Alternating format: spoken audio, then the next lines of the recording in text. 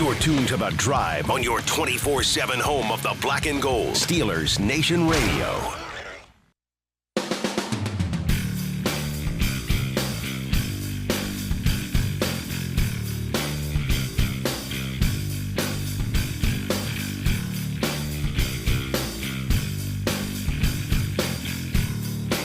Good afternoon, Steelers Nation. It's The Drive here on the Steelers Audio Network. Wes Uhler and Matt Williamson with you for the next 2 hours here on a Wednesday on the eve of one of the best days of the year. Of course, tomorrow is Thanksgiving. We will have no show tomorrow. We'll be back with you on Black Friday. Easy for me to say. So plenty to get to today, Matt. And in the spirit of the holiday week, different week, we're going to actually start off the program with a guest right from the jump. It's very giving. And it's very giving, and I also think it's fitting because the Steelers quarterback, Aaron Rodgers, future Hall of Famer, missed last week, of course, against the Bears, just spoke to assembled members of the media. So let's talk to a member of the media. It's our buddy Chris Halicke, of course, covers the Steelers for DK Pittsburgh Sports. Chris, let's jump right into it, man. After Aaron Rodgers speaking this afternoon, how are we feeling about his status for Sunday against the Bills? I think it's pretty much the same from his perspective as it was last week. It's, he didn't practice today. He's going to try to give it a go tomorrow for Thursday's practice.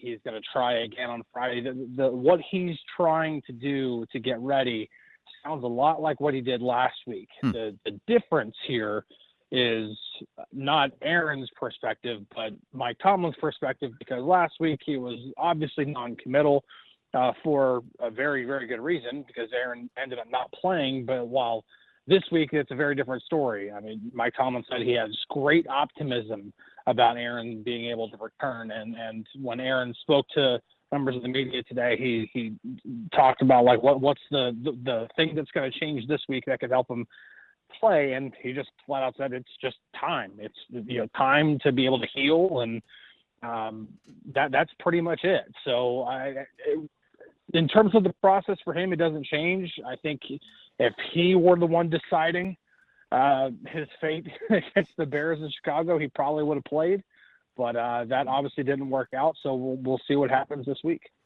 So 2 other injuries. We already know Broderick Jones is out. We all know Harmon's out. Is Y.A. Black a direct replacement for Harmon, or is that a committee situation? And what do you expect at left tackle?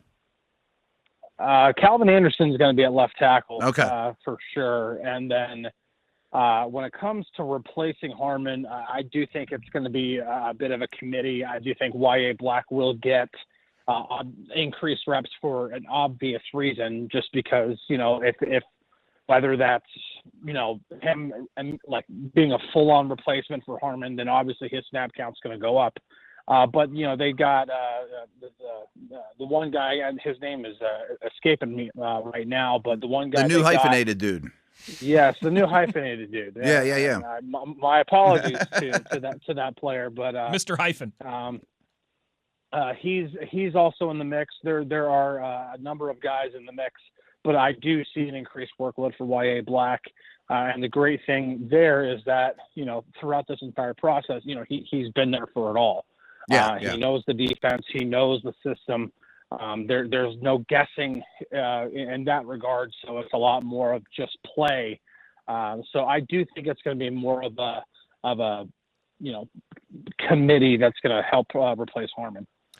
How confident are you in Y.A. Black sticking his hand in the pile? I think he's been very good, albeit in small sample sizes. Do you think he can continue that with a larger share of the pie? Yeah, absolutely. I think he'll probably help a little bit more against the run, and that's going to be very important going up against the Bills team that currently ranks number 1 in the NFL in rushing. Need guys out there that can help stop the run. And so I think this is a good week for Y.A. Black to see an increased count in his snaps. But again, players continue to grow. I think, even if he doesn't get back there and actually bring Josh Allen down at all, maybe he can get those gigantic mitts up the same way that he did in Latrobe and bat down a couple of passes. There are different ways that guys can impact in the passing game up front, and that's one way that he can do it. He's got really long arms. He's a really tall dude. I think he can do pretty good. I've also been pretty impressed with the way he's played, especially considering that he was a fifth-round pick. There were no high expectations for him coming out of Iowa. So I think it's a good opportunity for him. And again, really stressing the Steelers need to stop the run this week. They like that is paramount. Now it's not like you want to stop the run and say, okay, we want to make the quarterback beat us, because Josh Allen's pretty capable of doing that. But still, you definitely the numbers kind of speak for themselves. When James Cook doesn't run the ball well, Bills typically don't win as many games as when he does run well. So stopping the run is very, very important, even though Josh Allen can absolutely do damage with his arm too. Yeah, I wish it was under these circumstances, but I am excited to see more of the youngster Y.A. Black. I'm impressed. I'm excited about his future. Chris, this isn't the normal type of question I ask you, but is this team better in man or zone? I can't figure out what to do in pass defense. Or is there a coverage scheme you think they should be stronger in or weaker in or more predominant in? I know you know this stuff, so dig in. Can I go in a different direction? Sure. Because I think there are weaknesses to both with the way the Steelers play them. I do too. That's why I asked. Because in man coverage, now there was an exception in the game against the Bengals when we saw Kyle Duggar intercept Joe Flacco and run it back for a touchdown. Typically, when they play man coverage, it's cover one, and they're running man free. There's no hole defender in the middle of the field. There's no linebacker dropping back and taking away the middle. There's no safety crashing down and robbing the middle of the field. That's been very, very rare this year, like I said. And the one real time it changed was when Kyle Duggar intercepted a pass and ran it back for a touchdown. In zone coverages, from what I've seen and from my conversations with players, they're asking players to do things that leave little margin for error. I guess a good way of putting it. Yeah, and when that happens, it's the same thing whenever this is kind of the bone we were picking. Well, one of the many bones we were picking about Matt Canada's offense when he was the offensive coordinator was there was just so little room for error on specific concepts that whether it was the details of the routes or whatever it was just so hard to execute plays because all 11 guys had to do their job absolutely perfectly. And if it wasn't done to perfection, if one guy screwed up, the whole play was blown up. And that's kind of what I'm seeing. And that's kind of the reason why I think it's been so inconsistent, because when they have executed more often than not, they've looked really, really good, like really good. Now, when they haven't been able to execute as consistently, they've looked really, really bad. Mm-hmm. And I think that's probably that's what I deduce from this past week in particular. Exactly. Yeah. And I think, but then again, sometimes, and I know Mike Tomlin didn't want to get into it in his press conference, but then there are also times in which Ben Johnson just does what a high school coach would do against spot drop cover 3, and you just run 4 verts. That's your typical cover 3 beater, and the Steelers don't have an answer for it. Then there's also those lapses, and so it's just there's not one issue, and I think that's the problem with this team, and I think it's why we've seen we don't know what team is going to show up on Sunday. Because they'll play the Colts and they'll look great. They'll be extra motivated because Jalen Ramsey and Jonnu Smith gave a great speech the night before the game, and they were ready to go, and they were motivated, they were zoned in.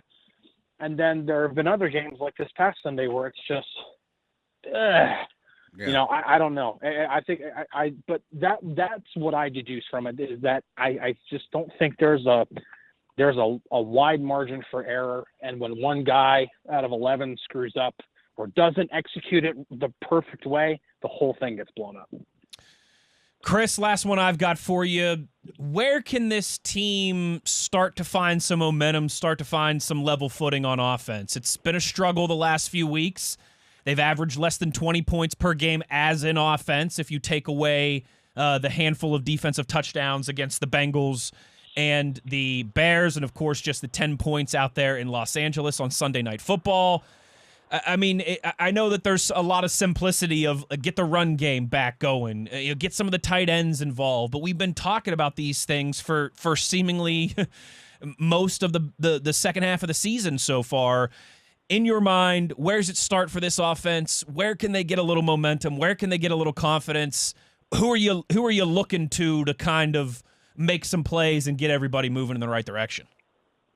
I'm looking mainly at the run game. And I understand that this is a team that just ran for 186 yards against the Bears. But that second half, it was kind of the same thing, not exactly, but kind of the same thing that I saw in the loss to the Packers. They ran the ball really well in the first half. They really kind of stuck to it.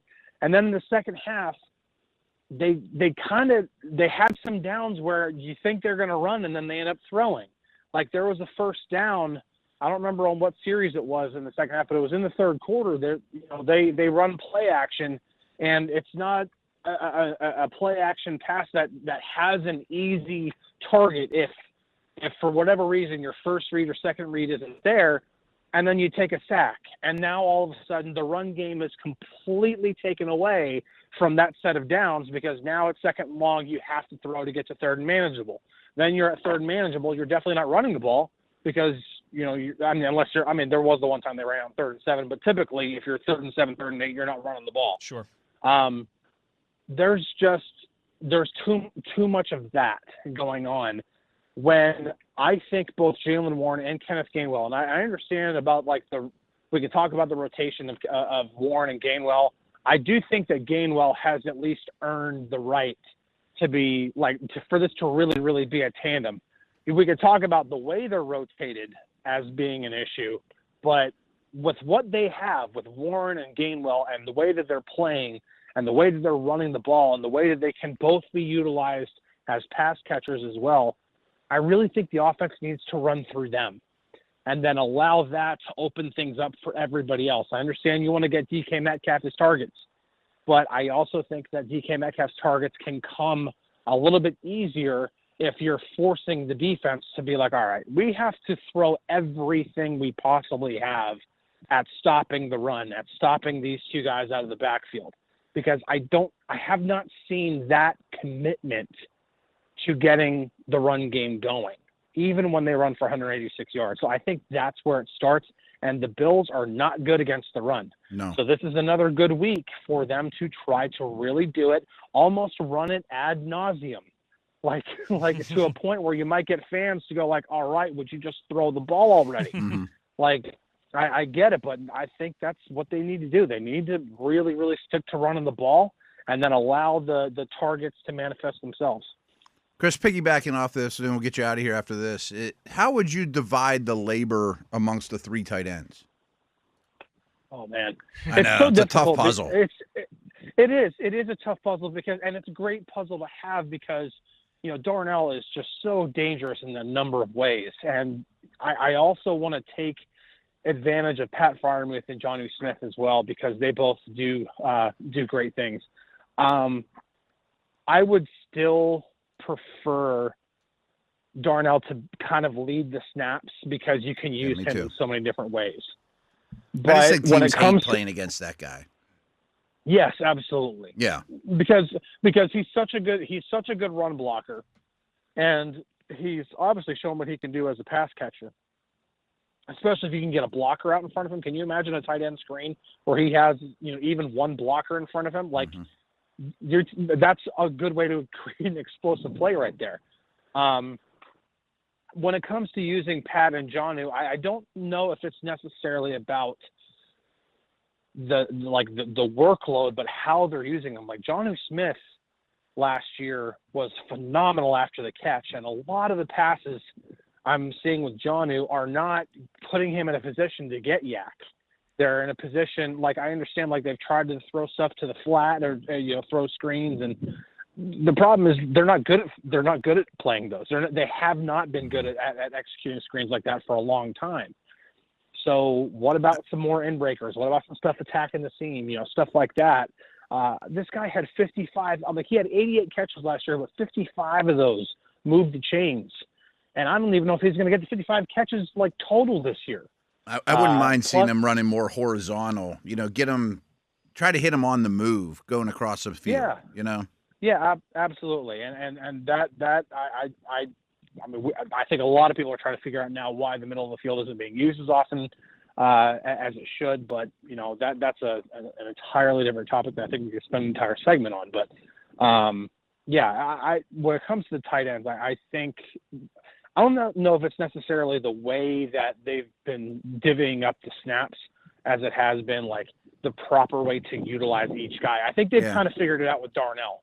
I think they're actually using Darnell in a pretty good way. I still think they could expand on that. But I think with Jonnu, I don't see a lot of opportunities for Yak with him. And that's something that I would be trying to take advantage of if I had him on my roster. Excellent stuff, as always, with our buddy Chris Halicke, DK Pittsburgh Sports. Chris, thank you so much for the time on a busy Wednesday, and have a great Thanksgiving, dude. We'll talk to you soon. Hey, you too. Happy Thanksgiving to you guys. Take care, Chris. There he goes. Awesome stuff from him. Yeah, a lot of good stuff. As always, and plenty to ponder here as we get closer and closer to kickoff. We'll get back into more of that as we roll along. When we return on the other side, though, Matt, we're going to have a little fun. We're going to switch gears for a few minutes. Okay. Best of the West Wednesday. Oh, baby. Best athlete statues I've ever seen. Okay. And there's two from this past weekend that are going to get a shout-out. Wow. Euler, Williamson. I'm not sure I'm going to have any comments on that. I don't know what. Okay. I'm psyched for it, There's though. a few Pittsburgh ones on there, though. So you'll have some. Don't you worry. Don't you worry. We'll have some fun with it when we return. Euler, Williamson, The Drive, Steelers Nation Radio on the Steelers Audio Network. Hayden Shock currently resides in Arlington, Virginia. As an Air Force kid, he was born in San Antonio, Texas, and moved frequently growing up. He was born with Goldenarr syndrome. Hayden is married to his wife, Lauren, and shares his life with a retired hearing service dog, Remy, and an active hearing service dog, Abby. He is a federal employee for the General Services Administration. Hayden's father, Ed, who is from Indiana, Pennsylvania, has been a lifelong Steelers fan. Hayden decided to follow his dad's fandom journey around the age of 6 or 7, and for nearly 3 decades, he and his father have watched the Steelers games together and bonded over countless traditions. The Steelers celebrations were a family affair. His 5 other siblings who were all always ready and willing to play backyard football with him, while his mom taught him how to hold a football and draw plays on the palm of his hand. Hayden lives by the inspiring quote of his late friend, Taylor Hagen: "Don't quit, never give up." Steeler Nation, make sure you vote for Hayden Shock as the NFL's 2025 Fan of the Year. Vote now at NFL.com.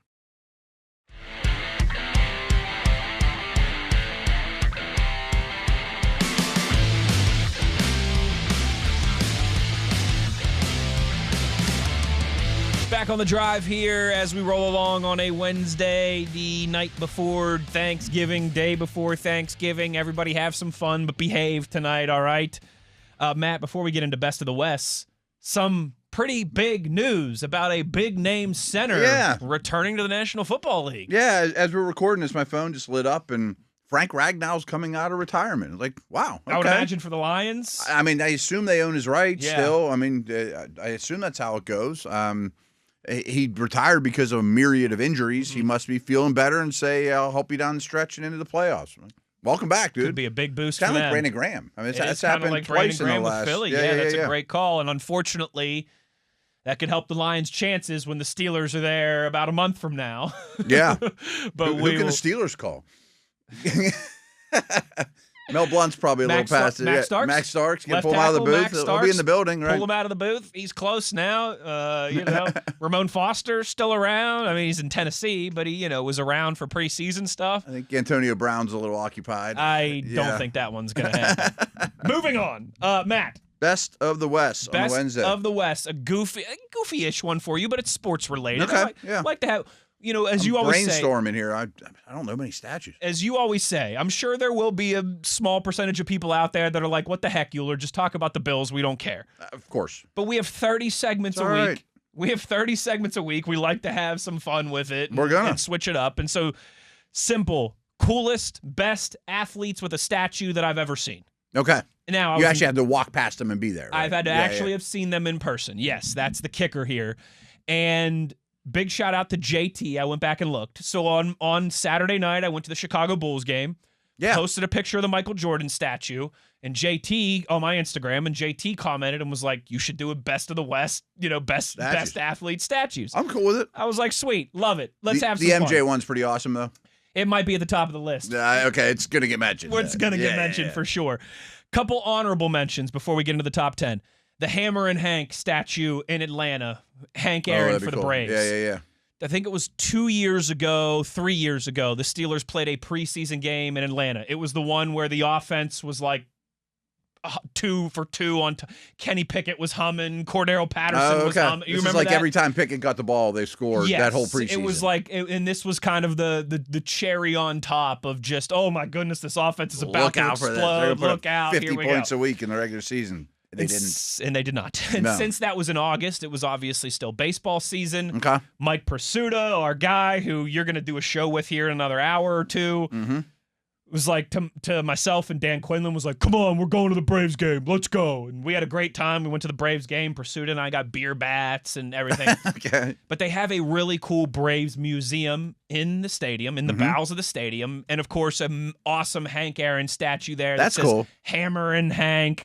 Really great cool. respect for Henry Aaron. Absolutely, and what he means to just the history of sport, and, right, of course baseball. The consistency year after year. Too. Unbelievable, unbelievable. Was the home run king for so many years, and a kind of similar the Willie Stargell statue at PNC Park. Old Pops. I thought that might make it. Yeah, there's going to be a PNC Park statue that's in the top 10, but I'm giving Pops an honorable mention.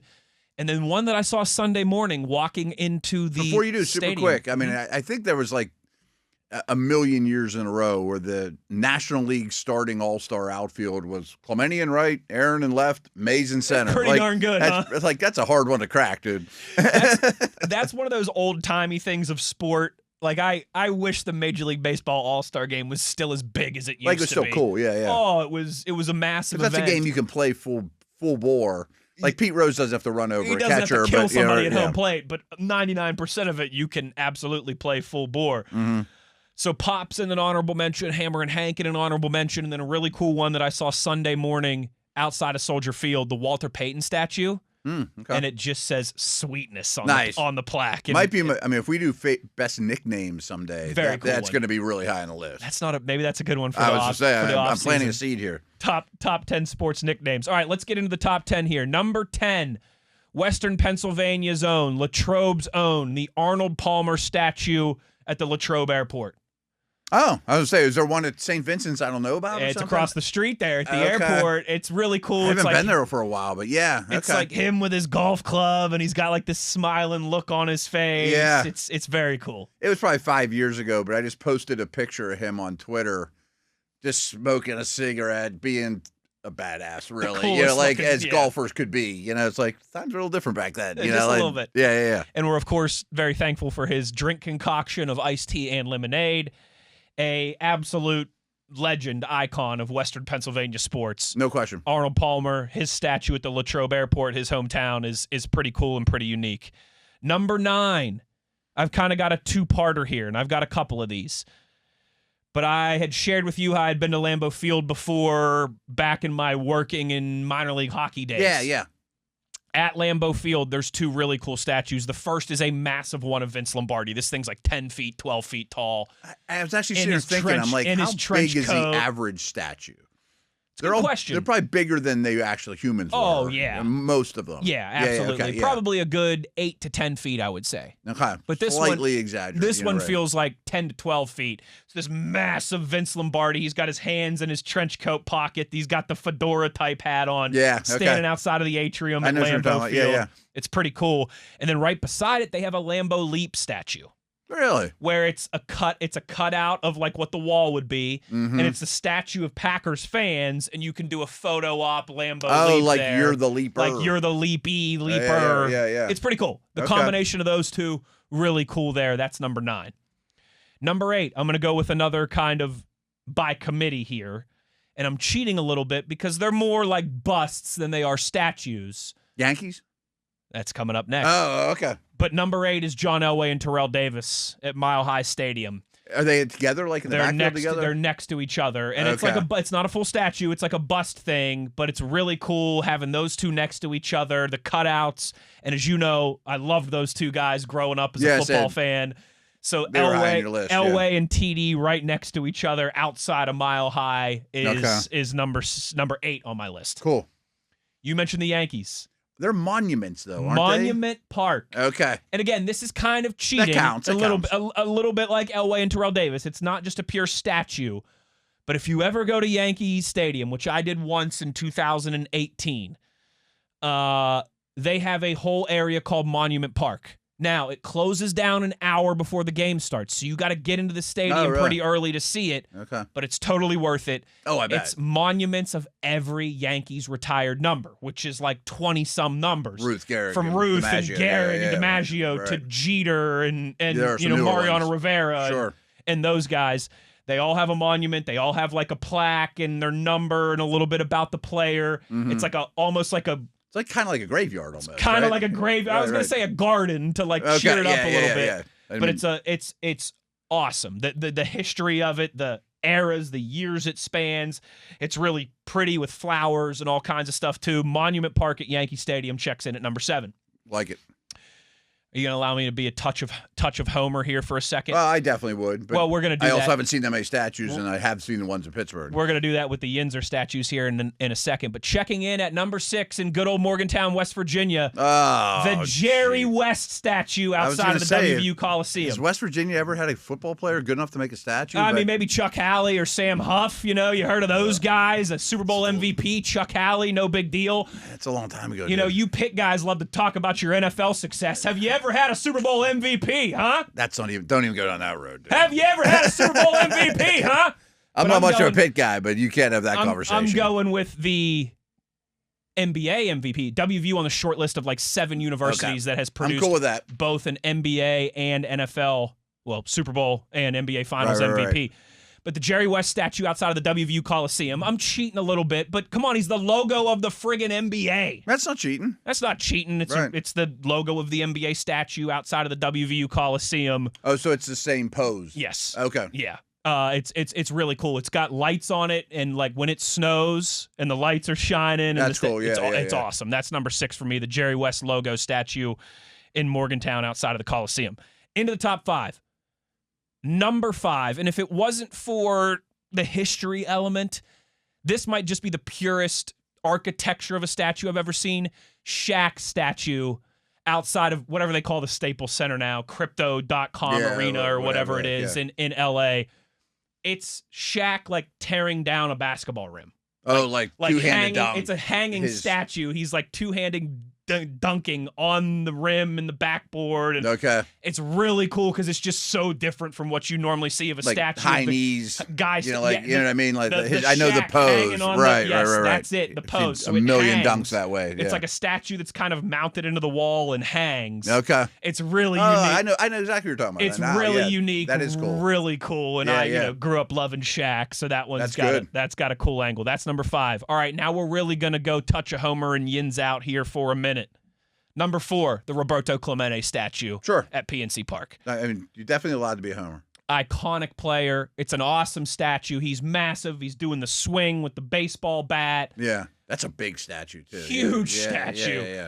One of the greatest baseball players of all time. One of the greatest ambassadors of Pittsburgh sports of all time. Mm-hmm. Roberto Clemente checks in at number 4. There's a 2-hour Clemente documentary on the History Channel like a month or 2 months, probably longer than I thought.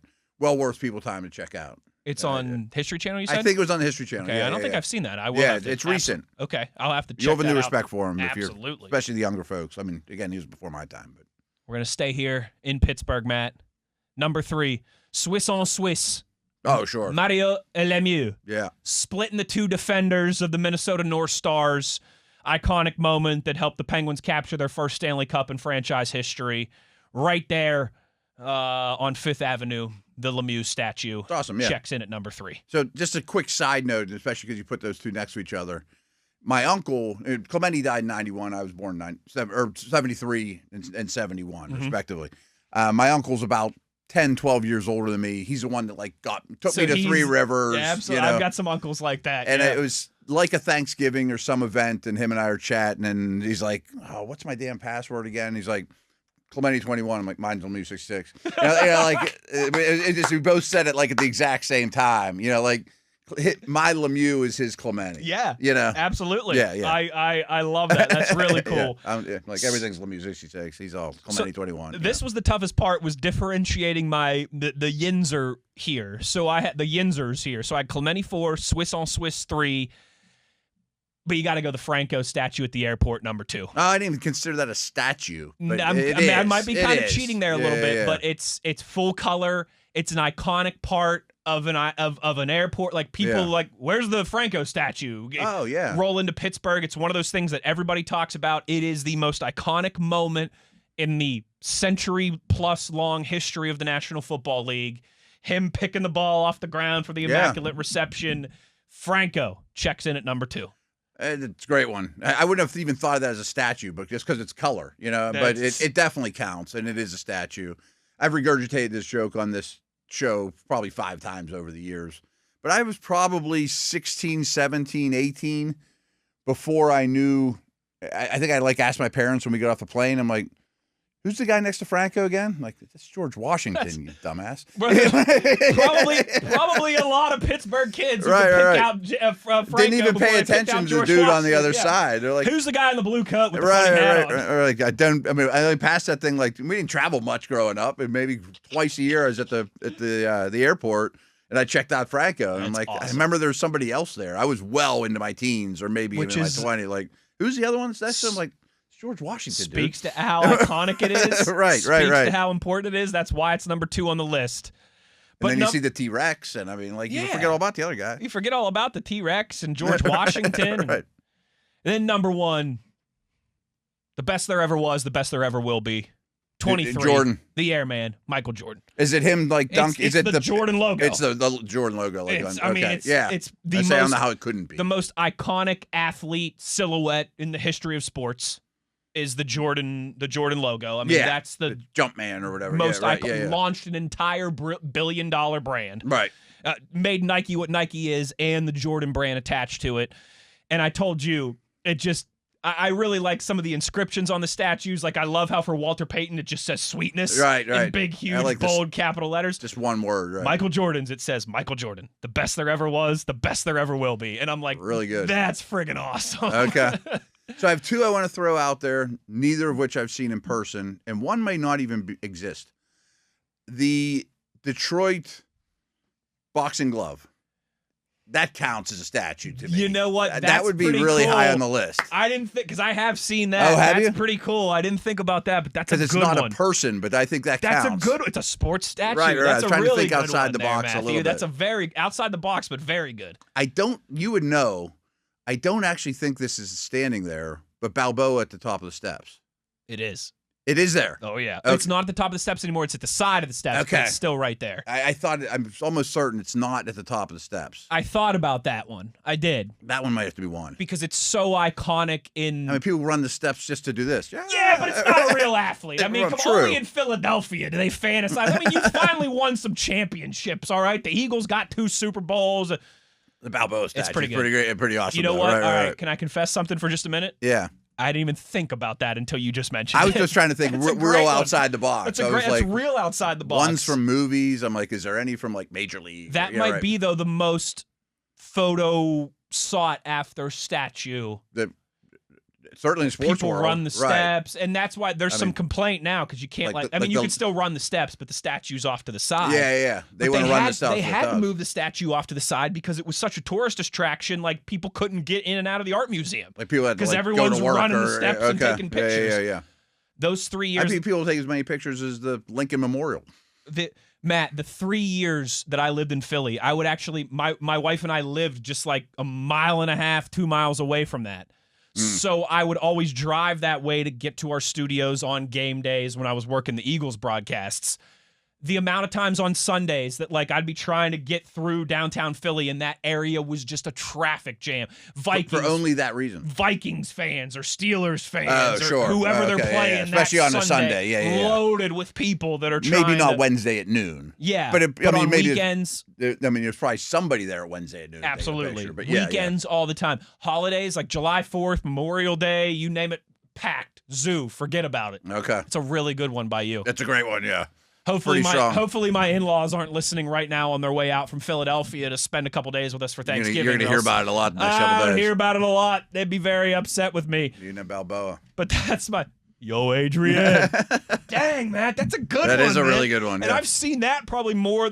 Aside from the Pittsburgh statues and the Jerry West statue. I say you actually lived there, right? Drove past that thing almost every day for the 3 years that I lived in Philly. There's probably some cool one in Oregon or Maine or something we don't think about that we've never seen. But right? Sure. Yeah. There's some great ones across the country. Right. I'm sure there's a Gretzky one. And, no doubt. Course. Yeah. No doubt. Like the Pat Tillman one out at Arizona State is really cool. Yeah, I'm sure that'd be a good one. We go on and on. Dang, though. Balboa's a good one, Matt. I didn't mean to show you up. Best of the Matt here on a Wednesday. There it is. Thanks to JT on Instagram.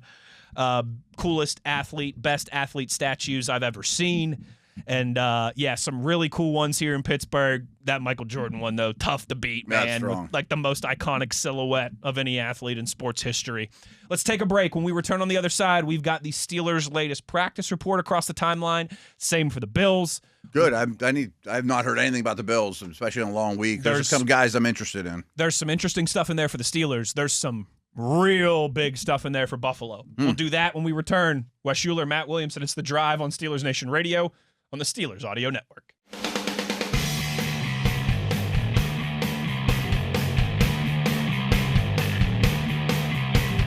All right, real quick, before we get into the injury reports, we went to break there in the previous segment talking about statues, and our video producer, statistician, Mr. Do-It-All. Hey, Matt, don't tell him I said this, but he's a big part of this show. Tyler Behind V, the scenes, right. Mr. TV, goes, what about the Chief statue? What are you doing here? I didn't even think of it either. I didn't think of it either for two reasons. One, I'm never on that side of the stadium. Like I park over on the sides. I've been doing this for years. You don't walk past it every game day. I never walk past that statue. Two, he's not an athlete.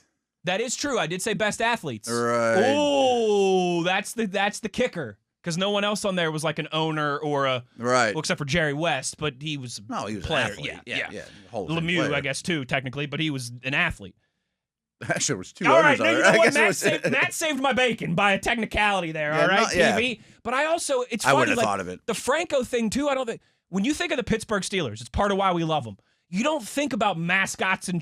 All due respect to our guy, Steely McBeam. You don't think about mascots and cheerleaders and statues and retired numbers. The Steelers don't do that stuff. There's marching bands and nonsense. You know, you go to Foxborough and there's a Tom Brady statue and they got the 6 banners hanging up and you go to the Link, you go to Philadelphia and there's a Nick Foles and Doug Peterson statue and they've got the banners hanging up. Pittsburgh don't do that nonsense. We got our terrible towels, and that's it. But the Chief statue is pretty awesome. It is pretty awesome. With the cigar and everything, it's pretty sweet. But along those lines, like when you sprung that on me, I started thinking of him. I'm like, well, Clemente will be on there. It even took me a while to come up with Lemieux, and that's my guy. Like I just didn't think Pittsburgh statues because it's for those reasons. Yeah. You know, it's not, a bunch of hoopla, You saved me on the technicality that I did many times say athletes. We'll get out on that one. I wouldn't have thought of it, though. Don't tell anybody, the Chief statue is just in its own category. Okay. It can't be ranked with these amateurs. It's in its own league, obviously. Good stuff from TV. Matt, let's get into from TV to IR. Let's get into the injury report for both of these teams. You want Bills first or Steelers first? I don't care. TV, Bills or Steelers? Okay, Buffalo Bills. Head coach Sean McDermott said today, Deion Dawkins, Spencer Brown will not practice on Wednesday, did not practice on Wednesday. Dawkins in concussion protocol, which is important to note as well. Also, Bernard Kincaid and Curtis Samuel did not practice either. So the linebacker Bernard, the tight end, obviously Dalton Kincaid, and wide receiver Curtis Samuel did not practice Wednesday. Okay, so Dawkins is an excellent left tackle. Excellent. One of the more underrated left tackles in the National Football League. No question. He's been kind of a stalwart for years. Unorthodox. I mean, he just doesn't look the part. He's real rounded in the middle. Dude. And He looks like a guard almost, he does. more so. I'm pulling up something here real quick. You need me to filibuster for you? Nah, not at the moment. We'll talk tackles first. But I'm just trying to. There's some Kincaid numbers I found this morning. I'm going to bring up. Okay. Spencer Brown's also an excellent right tackle. He's developmental, Northern Iowa, third-round pick, project. The Browns' offensive line, or the Bills' offensive line is underrated. It's very, very good, and they develop talent well. Like very different. One's 6'8" and looks like a former tight end that he was, and one's kind of a round-looking guard, but they still get great production from both.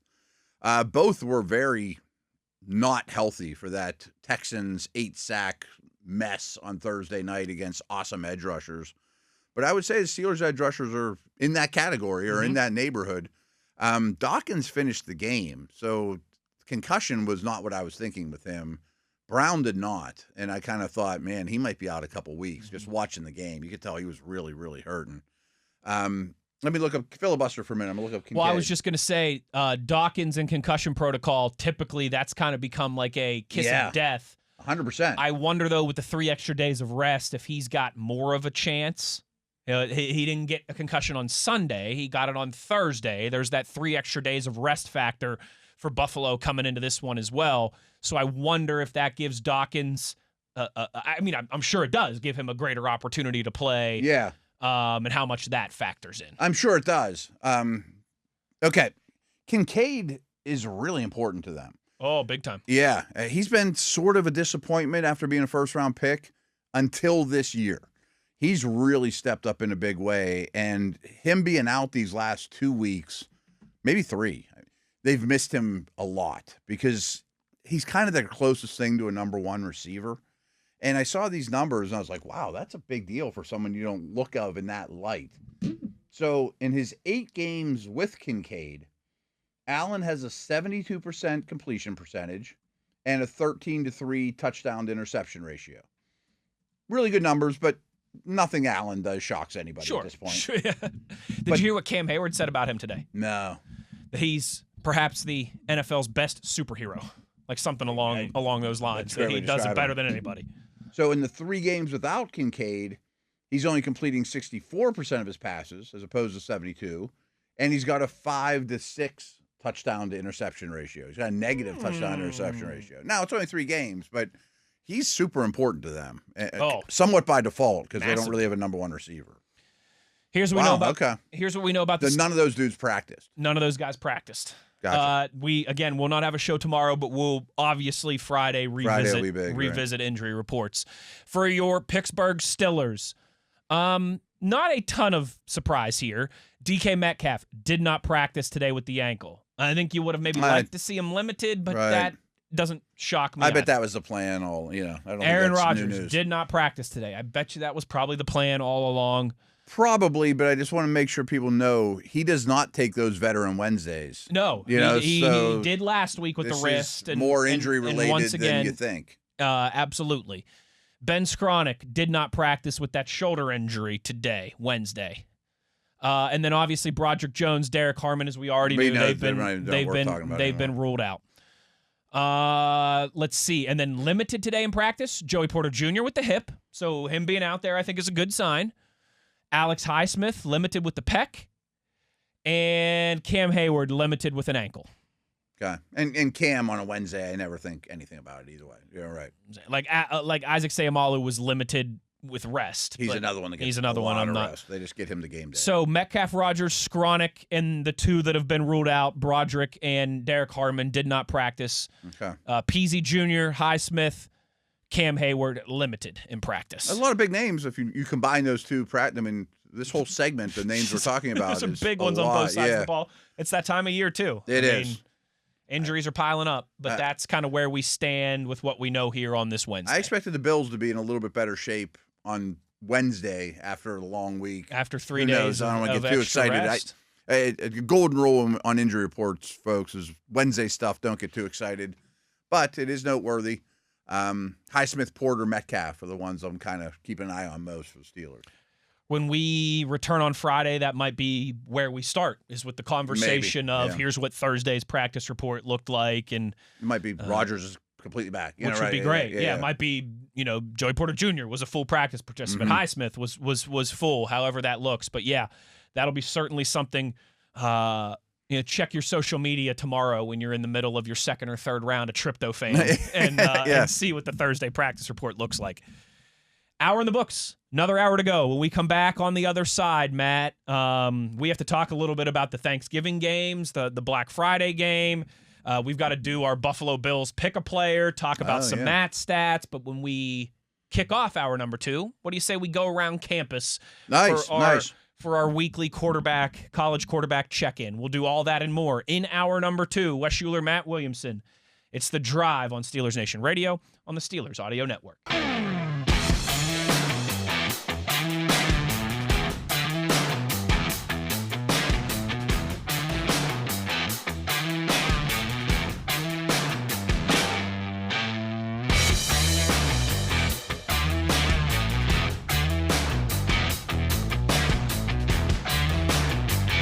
Good evening, Steelers Nation. How we doing? Hungry? Yeah, me too. Yeah. I'm ready for tomorrow, baby. Hour number 2 here. We got nothing in the house. On the drive. It's like I'll be starving by Thanksgiving dinner, I can already tell.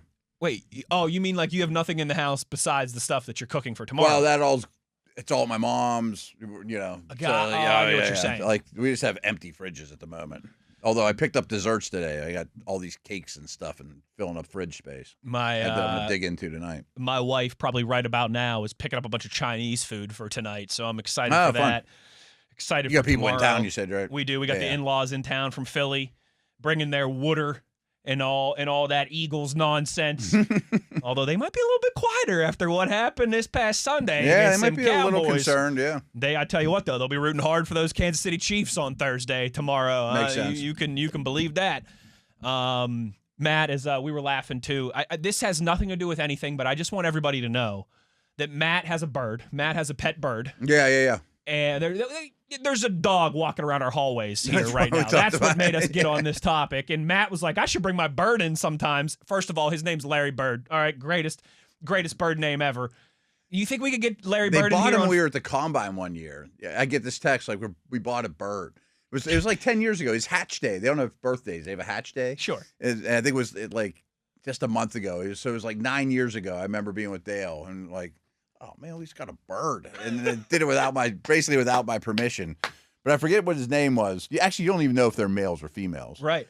Unless an egg shows up one day. Yes. I mean, like there's a test you can do, but like a DNA, yeah. Or they don't need to be poking around with Larry, That's hilarious. But if an egg shows up, you're like, oh, it's a female. Everybody here brings their dogs into work. Do you think we could bring Larry Bird in like on like a Friday and have him do pick 'em?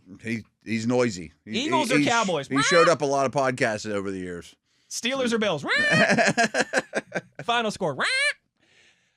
Matt, let's go around campus here. Okay. Week 14 edition. I will just say this is the best weekend of college football. Coming up. Oh, great games Fridays, great games Saturday. I know I've told you this before. I know I've said this before. We get to this point every year, and it just still, even though it's been 15 years. I'm going to interrupt because I was about to say something about Larry. Whenever they bought him at the Combine, they're like, and his name is. One more Larry story. Hold on. Before we go around and his campus. name is blah, blah, blah, blah, blah, something dumb. And I'm like, no, it's not. It's no, Larry. We're forgetting a bird. It's Larry. He's Larry green. the bird. He's green. Oh, that's even perfect, too. He's a green cheek conure. I mean, like, come on, man. Tomorrow night, I bet Friday, they have good statues, too. Saturday. I bet you that's the case. The Bobby Orr statue is pretty cool. I've never seen it. Is it but the one where he's in the air? Flying through the air. Yeah. Where was I going with this? Oh, good weekend. It still hurts my soul that the Backyard Brawl is not played Thursday night, Friday night, Saturday, Thanksgiving weekend, as it should be. Even though it's been 15 years, it's still, there's this weird feeling in the air when I wake up Thursday, Friday, and there's no Backyard Brawl. But at least it's on the schedule, although it's not now for another 4 years. Different conversation. Move on, Uhler. It's time to talk quarterbacks around campus, Week 14 edition. Some massive games this weekend. But let's talk about the quarterbacks.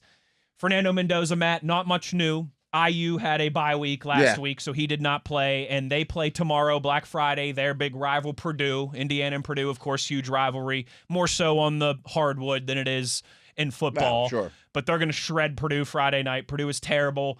He's still the Heisman front runner. I think he's still QB1, but I tell you what, he's going to play Ohio State in the Big Ten championship game in a couple weeks, and then the college football definitely playoff. Happening, right?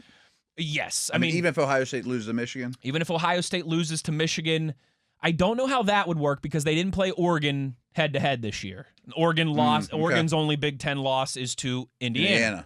So I'm not sure who would have the tiebreaker between Ohio State and Oregon. Okay. I'd have to look into that before I can say definitively, But Indiana's going to be in the game. Indiana's going to be in it, and I've got a feeling, Matt, Michigan has beaten Ohio State 4 straight years. 4 straight years. Yeah, and I know that game's in Ann Arbor, but I've got a feeling Ohio State has some vengeance to take care of. But week off for Mendoza.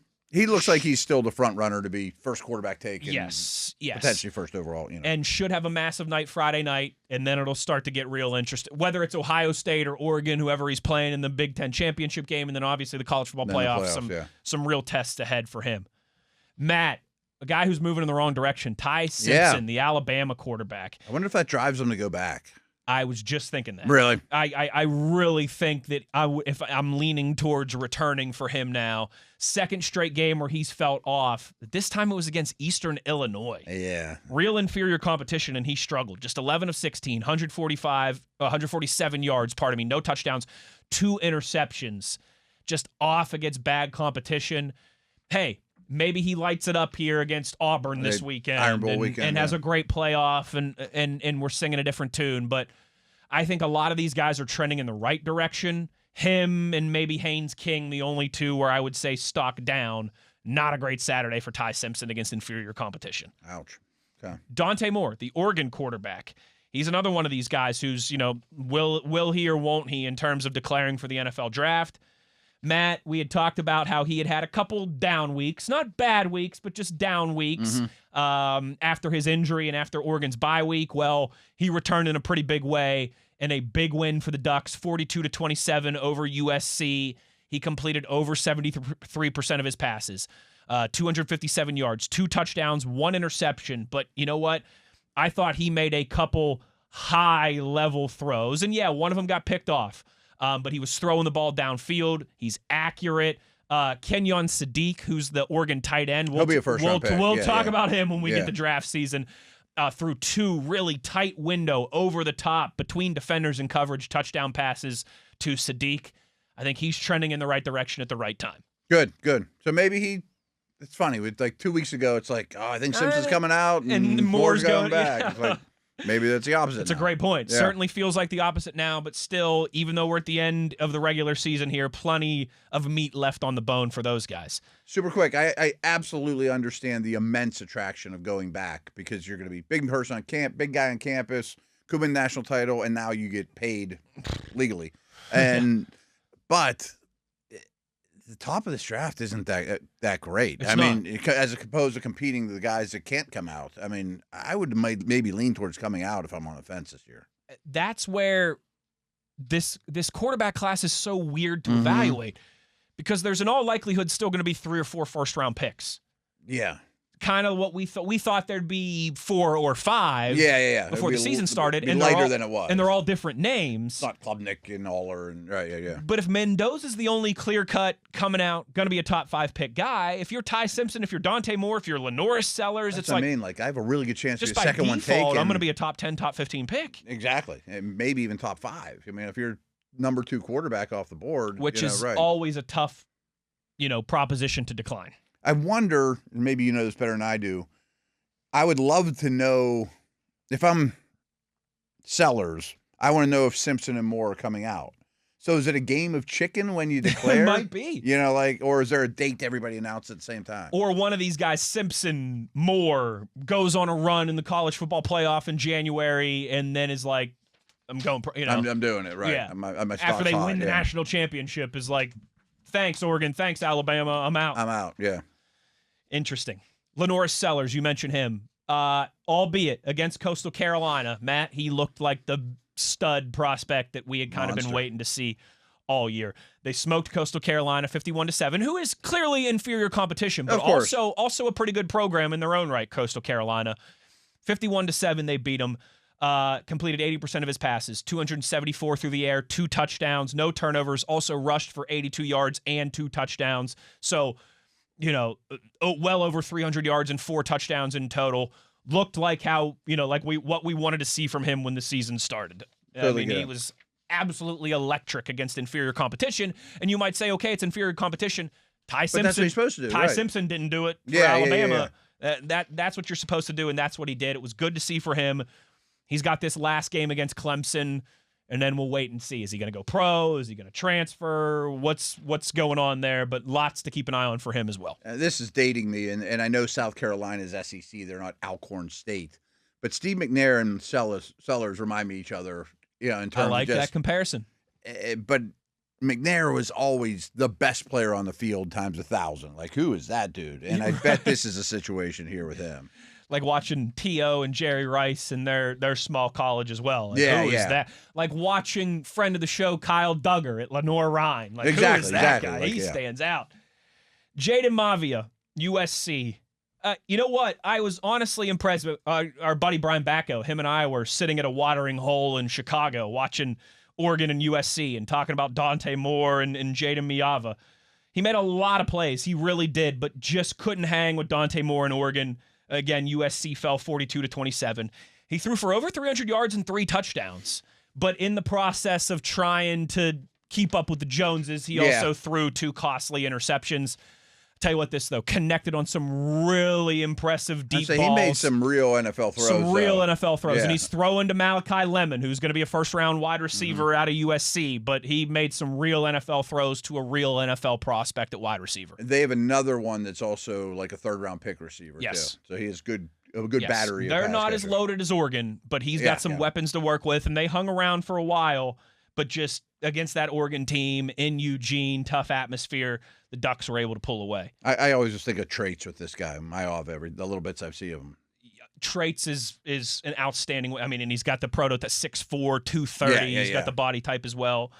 He might be there's a lot of guys in this class that have production. There's a lot of guys in this class that have traits. Other than Fernando Mendoza, he might be the best combination of both. Okay. Yeah, I can see that. Like Dante Moore and Lenore Sellers have a ton of traits, but the production hasn't always been there. Yeah. Ty Simpson has a ton of production, but you don't love his, he's 6'2", 200 pounds. He doesn't walk in the room like, whoa. Yes. Yeah. Mavia with Fernando Mendoza might be kind of the most impressive combination of both. But we'll see what happens there with him and USC. He does have another year of eligibility if he would wish to do so.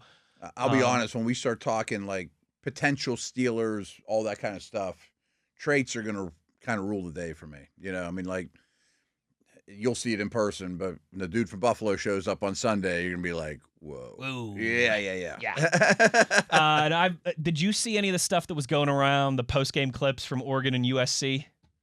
No. So Oregon, I watched some of that game. But Oregon has like a dynamite media department, as you can imagine, because they've got an unlimited Phil Knight budget. You want to get 4 more cameramen for the football team, go for it. Yeah. So every week they probably understand marketing pretty well. And every week they put out this like 10-minute recap video after their wins, and it's some of the coolest college football content that you could hope to see every single week, Matt. It's like total dork stuff. It's awesome. It's behind the scenes. I'd say something cool like shots. locker room. It's all that, that really cool stuff that you would expect. And with that, there's, they put out every week. And I've told you before, some people hate him. I love him. Oregon's head coach, Dan Lanning. He's young. He's cocky. He's brash. He speaks his mind. Stands out, yeah. He stands out. He rips his shirt off with McAfee on game day. I think I've told you that if I could have any coach in college football in Morgantown for the next 10 years, it'd probably be him or Ryan Day, the Ohio State head coach. There was a clip that they put out in that thing of him talking to the team right before they take the field, and he's like, they're living off their past glory. Matt Leinart ain't walking through that door. Reggie Bush ain't walking out of that tunnel. But you know who is? Dante Moore. And he starts listing all the Oregon players. It was pretty cool. Trinidad Chambliss of Ole Miss. I'm going to make you feel old for a second. Do you Yeah. think 18-year-olds remember Leinart or Bush? You know what? Bush definitely. I mean, he's like an icon. I guess because he was better in the pro. Because he had a good pro career. Yeah, and I But they probably don't remember that game against Vince Young.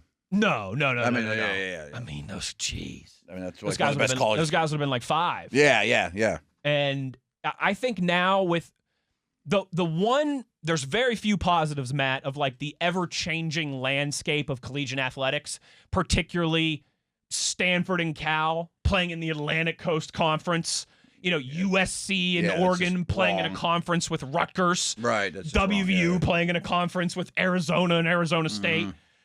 One of the good things of that, though, is I think these programs are so in tune now of we have to teach these guys the history because it's not the same. Like Pat Narduzzi and Rich Rodriguez talk about how we got to teach these guys the history of the backyard brawl because we're not in the same conference. It's not something. There's lapses in the games and all that stuff. Right. So I do think they do a better job of that now than they ever have before. But I mean, just to keep it local, like the freshman at Pitt doesn't care about Penn State. Great example. Right, which was the biggest rivalry in the 80s, right. 3-4 years from now when WVU and Pitt start playing again, they're going to have to revisit all that stuff. Like, hey, we haven't played these guys in forever, but here's why we hate them. Here's why they hate us.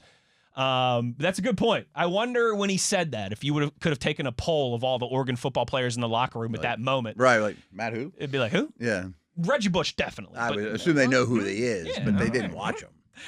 Trinidad Chambliss, Ole Miss quarterback, bye week this past weekend, should feast against a bad Mississippi State defense in the Egg Bowl, which I think might be is that Thanksgiving night? It's Friday. I think it's Friday. Matt, he's an interesting one to watch because he's got another year of eligibility. I do think he's going to return to college football for one more year, and I think he's going to transfer. He probably loses his head coach, right? Because I think by the time you and I get on air next week. Yeah. So not by Friday, because again, Ole Miss has to play Friday. They'll play Mississippi State in the meantime. But I think by the time we get back on air Monday, I think by the time the Steelers even kick off on Sunday, Ole Miss is going to need a new head coach because Lane Kiffin is going to be the newest Bayou Bengal head coach of the LSU Tigers. And chances are then you transfer if you're a stud quarterback. Totally. Right? Yeah, Why would you? I mean, unless they go out and get another offensive-minded coach like Lane Kiffin that you want to work with.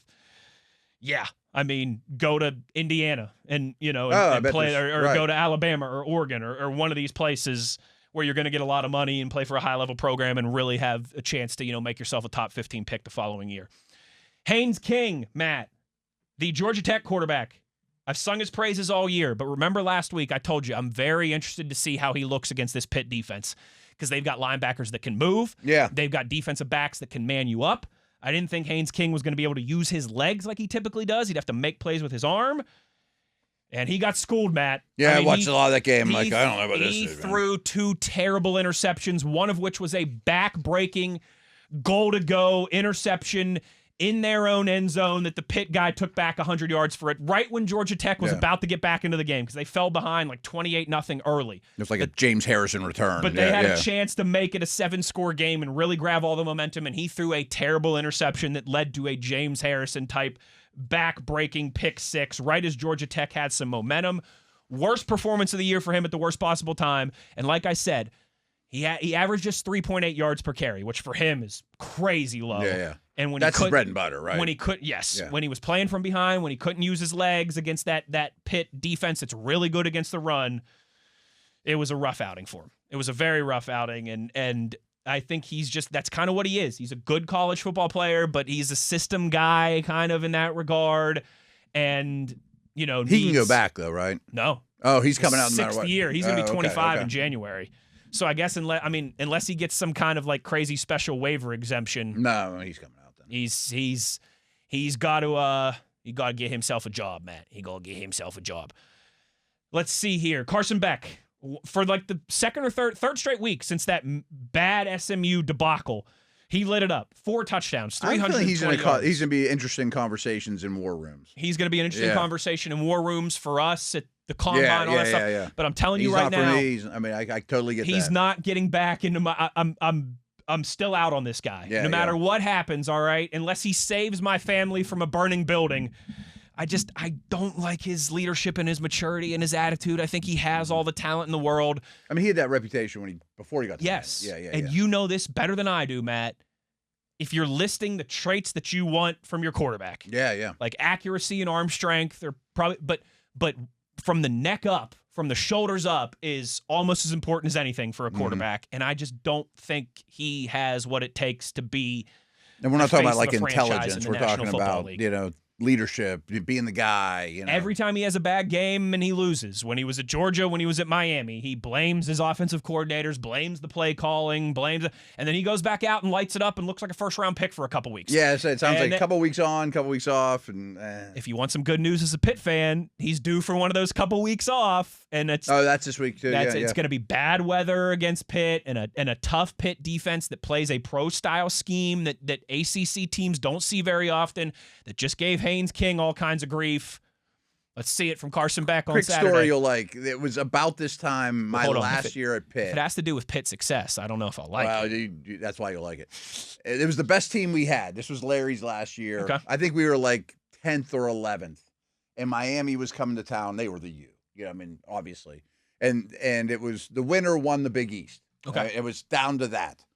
And I remember this game. And it's snowing. It's pretty nasty. And we're like, this is perfect. We got Miami we got them right where we want them. They'll hate coming up here. We can compete with the U now. We got this Fitzgerald kid. We got 10 dudes that are going to get drafted, which end up happening. I don't remember what the final was, but it felt like it was 47-0. The U won. And like a year later, I'm with the Browns, and I go down to Kellen Winslow's locker. I'm like, so were you guys really worried about coming to Pitt for that game? He's like, what? Like, he almost didn't even know what I was talking about. He's like, huh? What? Like, worried about Pitt? Worried about what? I mean, some weather. K2 wasn't the brightest ball. 28-14 final score. Does that sound right? Probably. 2003? That would be about, yeah. And Larry caught an 18-yard touchdown from Rod Rutherford to break the NCAA touchdown streak, 18 games. That would be it.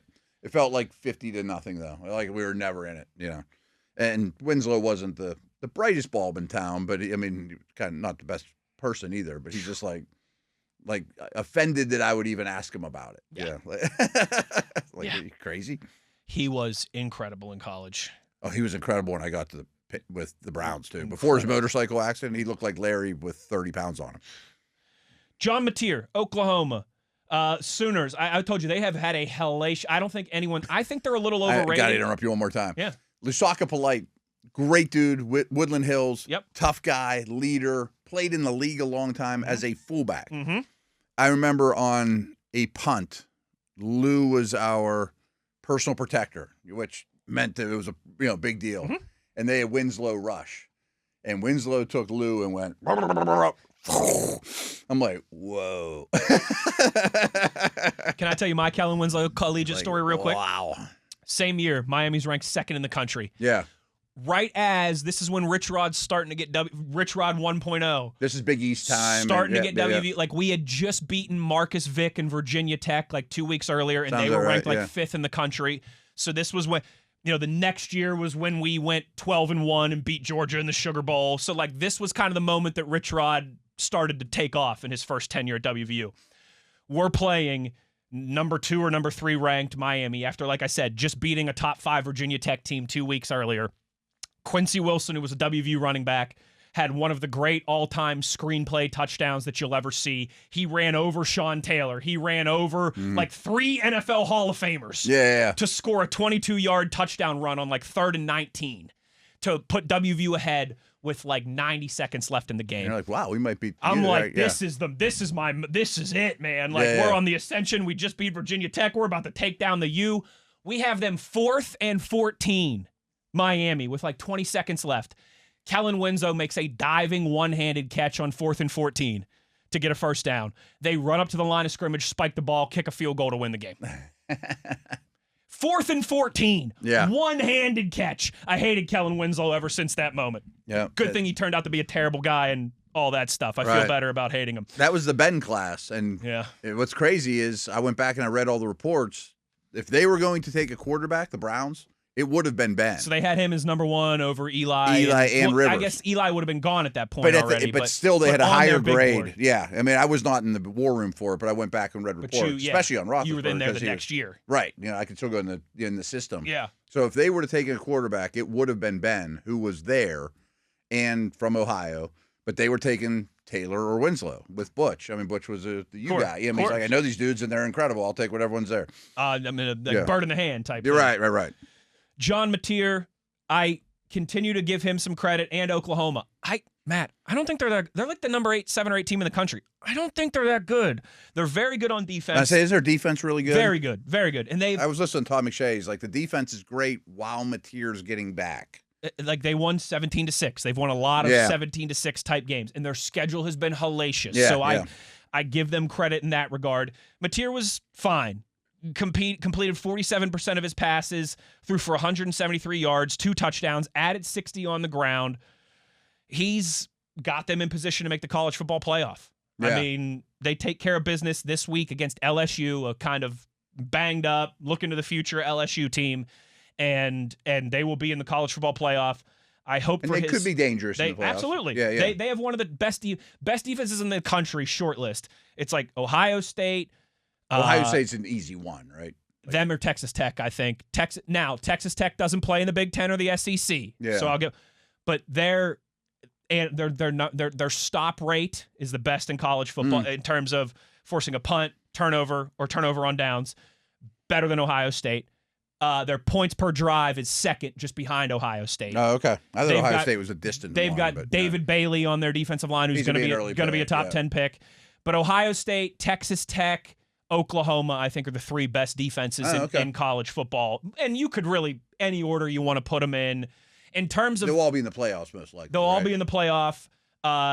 In terms of NFL dudes, Ohio State's number 1, but Texas Tech and Oklahoma have plenty. Guys. Yeah. Ohio State has a lot of them. Shocker. Yeah. I'm excited to see, with a couple weeks off between the playoff and all that, can Mateer get that hand even closer to? Because just listen to Todd. He doesn't think the hand. I don't think he's anywhere close to 100%. Yeah. This is throwing hand. And he's another who could do one more year if he wanted to. If I were Oklahoma, I'd be trying to line up the Brinks truck to keep him around. Yeah, it'd go a long way, I'm sure. Garrett Nussmeier still hurt, doubtful for the season finale against Oklahoma on Saturday. Cade Klubnik starting to. Allers are also hurt. Allers also. Will hurt. They both go back? Aller, I think, could get a medical red shirt. Nuss can't. 5th year. Okay. Yeah. I don't think he can. He will be in this class. Yes. Aller, I think, could do a medical red shirt if he wanted to. Could he go to Virginia Tech? I don't, and follow Franklin. I don't know.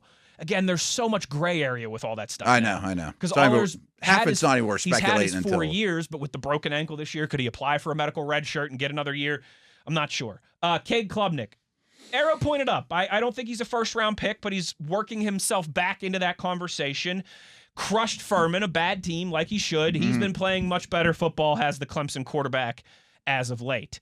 Sawyer Robinson, he maybe is another one, Matt, that's been struggling a little bit. Baylor got smacked around by Arizona. He had 2 interceptions. He did have 2 touchdowns, but just took 3 sacks and just looked uncomfortable the whole time. But he's another one of those guys. You love the traits, and just not in the best situation at Baylor. Taylon Green, Matt, big Saturday for him last week. He was replaced by redshirt freshman KJ Jackson early in the second half. Did appear a little bit hobbled, but Bobby Petrino is the Arkansas interim head coach right now, actually, and said after the game it wasn't just an injury thing, and he was kind of uncommittal on Taylon Green's status for this weekend finale against Missouri. I told you, he's another guy with traits, 6'6", 225, big-time athlete, but hard to evaluate in such a bad situation. And Bobby Petrino, interim head coach, doesn't feel really attached to this guy for any reason. Let's go see what the freshman has. I would say they just kind of like building for the future type move. A couple more here real quick. Brendan Sorsby, the Cincinnati quarterback, he struggled for the 3rd straight week at home as they fell to a really good BYU team. He made he's done this the last few weeks, couple big, impressive NFL-type throws, but costly interceptions, not doing much with his legs, feels like a strong candidate to return to school. It sounded like he had some heat, and now it's cooling off. And then, Matt, tomorrow night, buddy, Friday night, 7:30. I've seen some of this, dude. You and your son, pour you some bourbon, crack you some beer, get your 2nd or 3rd plate of tryptophan, and get ready for number 3 Texas A&M, Marcel Reed, at number 17 Texas and Arch Manning. This is a rivalry that has only been renewed now for 2 years. Remember, this one went away for like 15 years when Texas A&M left the Big 12 to go to the SEC. Yeah. This is only the 2nd year that it's been back. So a classic hatred rivalry that still has that fresh animosity if it's only back for the 2nd time in a long time. Marcel Reed. Two NFL quarterbacks. Two potential NFL quarterbacks. Marcel Reed they'll both be in the league, it's no doubt. I think so. The Texas A&M rolled Samford 48-0. He was their first 3 drives, boom, boom, boom, down the field, 3 touchdown passes, and then they took him out. He was sharp early, put a bad opponent away. Huge test against that Texas defense in that nighttime environment in Austin for him and for Texas A&M and for Arch Manning in Texas on Friday night. That's must watch for Marcel Reed, for Arch, and for just playoff implications. Very cool. I'll be watching Ravens Bengals though. Friday. Oh, that's Friday. Friday. Oh, yeah. Okay. Yeah, college football doesn't do Thanksgiving anymore because again, the NFL. You mentioned tryptophan and turkey. I'm like, oh yeah, sorry, I'm wrong. I crossed my signals there. I might be doing leftovers, but Friday, Matt. Here's what you're watching this weekend. Okay, Friday at noon, the Egg Bowl, Chambliss and Ole Miss against Mississippi State. 3:30, Georgia, Stockton, who is going to be in this conversation next year, against Haynes King and Georgia Tech. And then Indiana, Mendoza, and Purdue, 7:30 Friday night. But really watch Texas A&M and Texas, Reed and Arch, 7:30 Friday. That's the one to highlight and circle. Arch is playing better. Much better. Yeah. And then Saturday, brother, 2 guys that we'll be talking about a lot in the future. Number 1, Ohio State and Julian Sayin up in Michigan against top 20 Wolverines and Bryce Underwood. Wasn't he like the super recruit? He was the super number 1 recruit quarterback that, they paid like $13.5 million to reportedly in NIL. That's at noon on Saturday. And what has just is firmly back as the best rivalry in college football. Oh, I would say there was a stretch there for Ohio State. Maybe in sports. Ohio State owned Michigan for 15 out of 16 years. Oh, right. And that was like when I was in high school and college, and that rivalry was on the back burner, and there were some others that were better at the time, but it's back to being... Harbaugh changed that. It's back to being maybe the best rivalry in sports. It's the best in college football. It's right there. Duke and North Carolina, those are the 2 best rivalries in college sports. I can't wait for that Saturday at noon. Miami and Carson Beck against Pitt, also Saturday at noon. I want to see how Carson Beck does against that defense. That's another one with massive playoff implications. Oregon and Dante Moore at Washington, 3:30 on Saturday. LSU, Nussmeier is doubtful, but we'll see. At number 8, Oklahoma, that's 3:30. Mateer on Saturday. And then a big one, number 10, Alabama, and Ty Simpson. Matt, after 2 back-to-back bad weeks, how can he respond on the road at Auburn? Massive rivalry, Iron Bowl, in a Saturday nighttime. Auburn's only like 5-6, and they fired their head coach, and they're going through transition right now too. They have a defensive end that's going to be a high But their pick. defense is legit. Okay. Alabama's only a 5-point favorite in this game. Wow. So despite being top 10 and Auburn being down, night game on the road, good Auburn and defense. It's Auburn Super Bowl. Oh, Auburn Super Bowl, exactly right. I want to see how Simpson responds after a couple down weeks. That is a long, beefy, around campus segment here. When we come back, big weekend coming up. Huge weekend, the biggest, the best in college football. I wish we still had the backyard brawl. But you know what? We won our Super Bowl back in September, baby. Woo! Matt, we're going to take a break. More Steelers-Bills stuff when we return on the other side. It's The Drive on the Steelers Audio Network.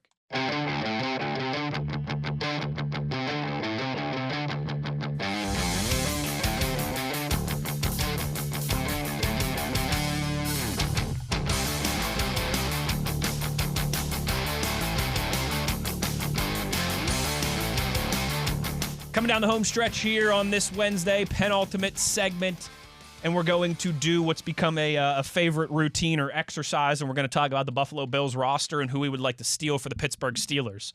But real quickly first, Matt, I told our intrepid video producer / statistician / good all-around guy, Tyler V, Mr. TV, that I would do a quick plug for the Steelers 2025 Fan of the Year competition. Oh, cool. Yeah. Hayden Shock is the Steelers nominee. He's a really cool story. The Steelers put out some great content with him and Zach Frazier. He is deaf and so does sign language, and Zach Frazier can sign because he's got an uncle who is deaf, and so Zach learned to sign when he was growing up. Okay. Some really cool videos out there on Steelers.com, on the Steelers YouTube page. But go to NFL.com and vote for Hayden as the NFL Fan of the Year. All 32 teams. All 32 teams pick their Fan of the Year, and like then the it Walter gets kind of Payton, exactly like the Walter Payton Man of the Year. So if Steeler Nation could get behind Hayden Shock, he's a deserving candidate, and that would make all of our friends in the content department very happy. Nice. So I wanted Spread to the make word. sure and give a big shout out to that today. NFL.com. Just click on the Fan of the Year tab at the top of the page. That's where you can vote. Matt, who do you want to steal from the Buffalo Bills roster? Yes, obviously Josh Allen is the answer, but we don't do quarterbacks for this exercise because it's too easy.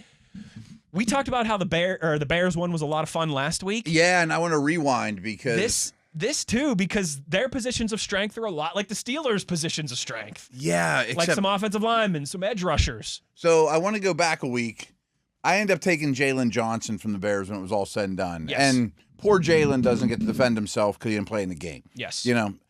But I went Darnell Wright.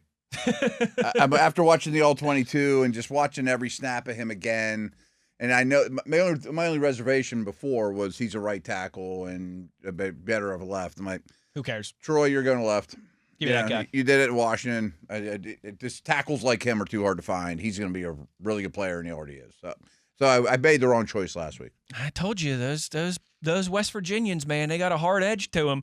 He went to Tennessee. He did go to Tennessee. Yeah. That's why I said West Virginia. I didn't say Mountaineer. I said West Virginian. Friggin' Dana Holgerson. Could you imagine? We would have had an offensive line with him, Zach Frazier, and Wyatt Milam, who's with the Jaguars NFL right now. player, right. My goodness. I don't see a lot of great. I'm still going with Rome Odunze, but I get it. But Darnell Wright, easy number 2 for me. Bears are a good conversation. Great conversation. There's five guys. This I could one's consider. tough because their positions of strength are areas where you feel all right about the Steelers. I also don't think their roster's that good. It's not. You know what I mean? Like they It's don't have all not. these great young talents or budding first-round picks that are turning into stars like a Wright. To me, this comes down to 2 guys. Okay. And no one on defense. No. I mean, I think the defense is they're suspect. I agree. And even guys like Bosa and Rousseau, you're loaded at edge rusher. I like Rousseau, and he's not a real scheme fit. I think loaded. Ed Oliver's fine, but I'm not paying him what they pay. I'm not stealing that guy and picking up his contract. Right. And they don't really want undersized upfield types. Great point. He doesn't look like Cam, or he's not a great scheme fit. There's nobody really at safety or linebacker that Like Matt Milano. Right. Bedford, the corners, is a good player. He's an underrated player, and actually the corners aren't bad, but that's not the direction I'd go. I think it comes down to 2 dudes. Like there's not a receiver. Like they hope it'd be Keon Coleman. Sure. He's been a healthy scratch for 2 weeks in a row. Yeah, right. You know what I mean? Like he was a Wolf. first-round pick, and they're not even. He can't even get on the field for them, and they're picking up Brandon Cooks, and they're searching at wide receiver. Traded Amari Cooper last year for Amari Cooper at the deadline, and that didn't work out for them. They've been right. They're turning going through a lot of stones over They there. are. Now James Cook's awesome. He's great. I mean, I think that's my answer. I think that's the easiest. I know he's got the contract, and it's a position where but I'm just very prejudiced against running backs for this exercise. I am too, and this is not a knock. We both love Jaylen Warren and Kenneth Gainwell, but if you put him on that offense right now, he's the best player on the Steelers' offense. Yeah. I think that's enough for me to kind of overcome everything else. So my other consideration is Dawkins, but he's old. I mean, he's very old. Ooh. But he's a top 10 left tackle. Ooh. And I think that's who I'd take. He's a really good player. Be a big deal if he's out. And the bottom line is he's a top 10 left tackle. Now, I don't know his age off the top of my head. I'm guessing he's into his 30s. That is a good question, actually. I know he's expensive. Oh, yeah, but he's a left tackle. But I mean, I'm paying my left tackle anyways. I don't need a he was cheap born in left tackle. 94, so he's 31. Okay, I was guessing like 33-ish. So I'm definitely going Dawkins. But, I mean, rarely am I taking someone over 30. I mean, maybe never. And in a way, it's an indictment on the Bills roster. It is. I mean, if I'm torn between a 31-year-old and a running back, they got some work to do on that roster. I mean, Josh Allen is the ultimate deodorant. Like Cam Hayward said, he's the NFL's biggest superhero, or I forget what the exact way that Cam Hayward worded it. But and he is a total superhero. He absolutely is. And, man, he does less with more than just about anybody. Mm-hmm. And But there's not many candidates. There's not. There's really not. It's not the greatest crop to pick from. No. Like, I mean, if we played the game of, it could be an off-season game, who are you picking in the league to add to the team? I'm not sure either one of those would be in my top 50. You know what I mean? Yeah, like there's absolutely. I'd take Josh Allen might be number 1 if we allowed quarterbacks in this exercise. No question. But nobody else might be in the top 50. Right. I mean, it'd be a long time before I took a running back. If you combine the Steelers and Bengals Hall of Honor conversation, we had there's not many Munoz be pretty high on that list, and then there's a lot of Steelers. Yeah, John Breach is not on the list. Yeah. So, yeah, it's not a great group. No, it is not. No, it is not. But I think we got it narrowed down to the 2 that you could choose from. Mm-hmm. I would understand both. Cook's really good, and he's young. Yeah. When we come back on the other side, we'll wrap this thing up talking about some of these Thursday, a trio of big, important, really good games. I'm going to pay attention. I'm not. Yeah. Like my phone's going to be on next to my plate. Yeah, I'm not going to be napping off all that tryptophan as much as I normally would. We'll close down with some thoughts on the Thursday games to get up out of here on this Wednesday. Wes Uhler and Matt Williamson. It's The Drive on Steelers Nation Radio on the Steelers Audio Network.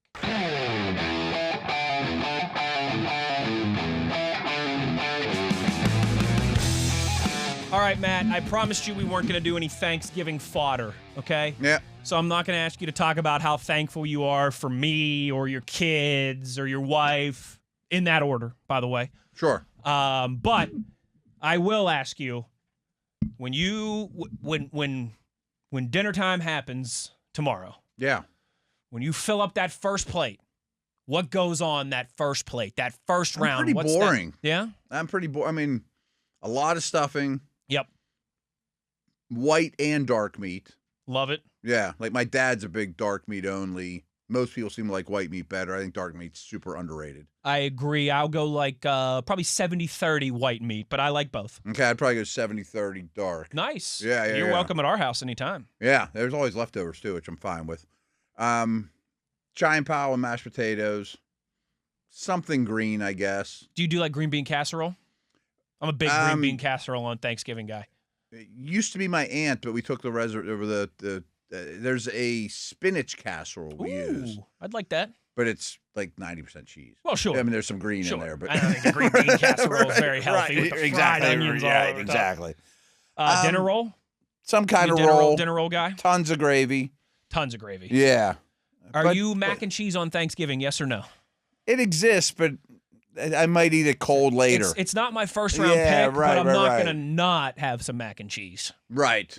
Do you have anything different? No, I'm a big like green bean, huge hump of green bean casserole, huge lump of stuffing. Yeah. Little mashed potatoes, turkey. I'll save ham for the second round. Ham and mac and cheese will go in the second round. Okay. Big Usually dinner not roll. a ham there for us. Okay, last one. And I'm a big fan. Like I love give me all the pies. But what's the first one you're taking a bite of?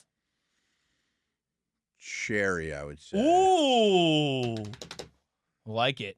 I mean, I love pumpkin to no Same. end. Pecan? It's fine. I mean, it's probably my last round pick of the potential ones there. See, I go my aunt is a great homemade pie maker, and she learned from my great grandma. It's good stuff. Yeah, love it. I like pecan and pumpkin on Thanksgiving more so than like apple and cherry, just because it's really the only day of the year that I have pumpkin or pecan pie.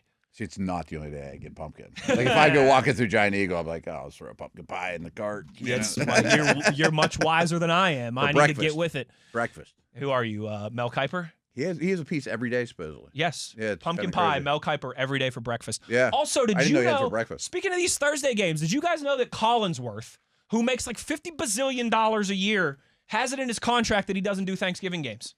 Oh, really? Yes. He just did his 500th game on Sunday night. So that NBC game, it'll be Jason Garrett with Tirico and not Collinsworth. Because they were kind of mentioning it during that 500 celebration. They're like, we won't see you Thursday. Big hat tip to Collinsworth. I hope I have the gravitas one day to be that's some power. You know what I'm putting in my contract? I ain't working on holidays. Good for him. That's what we did. That's why we're not going to be here tomorrow. I saw a lot of people. I had to work a 14-hour day on Christmas last year. I respect the heck. I saw a lot of people being like, Collinsworth makes $12 million a year. He should have to work on Thanksgiving. No, that's the power we all aspire to. Right. Matt, we got like 2 minutes. Let's run through these. They're really good games. Great games. We'll recap them a little Friday, too. We should Black Friday, too, because that game will be going on before we get on air. So I know. We will obviously talk about these plenty to watch on Friday. One for me. Packers-Lions in Detroit. Detroit, a 3-point favorite. I'm taking the Lions. I mean, the short week Thursday thing still applies for all, especially division. And I'm going to throw a little extra for Dallas and Detroit being nostalgia. So I'm taking Dallas and Detroit this week.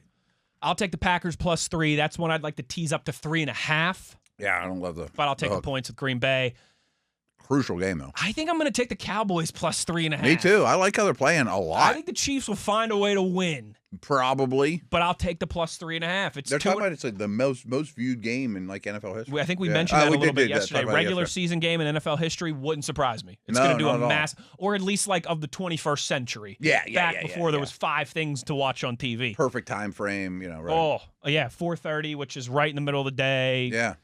And then 8:20 at night, Ravens, Bengals. I know we don't have much time, but it's super weird. My co-host for different podcasts is a West Coast guy, and I never thought about Thanksgiving with West Coast time. That just doesn't seem right. I would love that. I can understand it like on a Sunday, but just why? Thanksgiving, it just doesn't work. Good excuse to crack your first drink of the day, okay, 10:01. 10:01, or 9:59, right before kickoff. Ravens hosting the Bengals. I'm definitely taking the points in this one. Baltimore -7. See, I think this is the Bengals Super Bowl too. Everyone's watching. Burrow's back. Chase is back. I completely agree. don't think Higgins plays. Baltimore. I want all the points on Thursday. Baltimore finds a way to win, but not by more than a touchdown. Yeah, I definitely want the points for Dallas and Cincy. And then touchdown seems like a lot. We'll preview it now. We'll talk about it because it'll be again on Friday in the middle of the day. But 3:00, the Black Friday game, Bears Eagles in Philly. Eagles a touchdown favorite. Bears. I'll take the Bears. I don't love how the Eagles offense is playing. I haven't given that one much thought. I previewed the other 3 games on a different show, but I have not really thought much about Friday. I definitely want the points there, just because I don't think the Eagles offense is cooking. I don't, but I think the Bears might be in for a little bit of a back to reality in Philly in that environment. I think I mentioned this yesterday. They had the Bears had one of the easiest schedules in the league, and now from this point on, they have the second hardest. So we might really find out who the Bears. We will really find out who the Bears are in the next couple of weeks. Yes, we will, because their schedule gets very, very. You won't be able to say that they haven't played anybody for much longer. They got a bunch of Lions and Packers ahead, and maybe all 4. Matt, great stuff, dude. Happy Thanksgiving. You too. Enjoyed the shows this week. I will enjoy the day. In the famous words of our friend Rob King, I love going to work, but I love being home with my family even more. Kinger, me too, but I kind of work. I mean, I got to know everything that happens in those games. Yeah. Right. It's Kinger says that to me something. He's like, the only thing I love doing more than going to work is not going to work. And I think that's a very good way to put it. Big shout out, big thank you to Chris Halicke for joining us today. Of course, to our guy, Mr. TV. To everybody who rock and rolls with us throughout the year, we are thankful for you, and we appreciate you guys participating and listening. For Matt Williamson, I'm Wes Uhler. Happy Thanksgiving, everybody. Be smart and be safe if you're going out and ballyhooing tonight, all right? Don't do anything dumb. We all got to meet back here on Friday and tee up Steelers and Bills and recap all those Thursday games. You know where to find us as always. It's on your 24/7 home of the black and gold. Steelers Nation Radio on the Steelers Audio Network.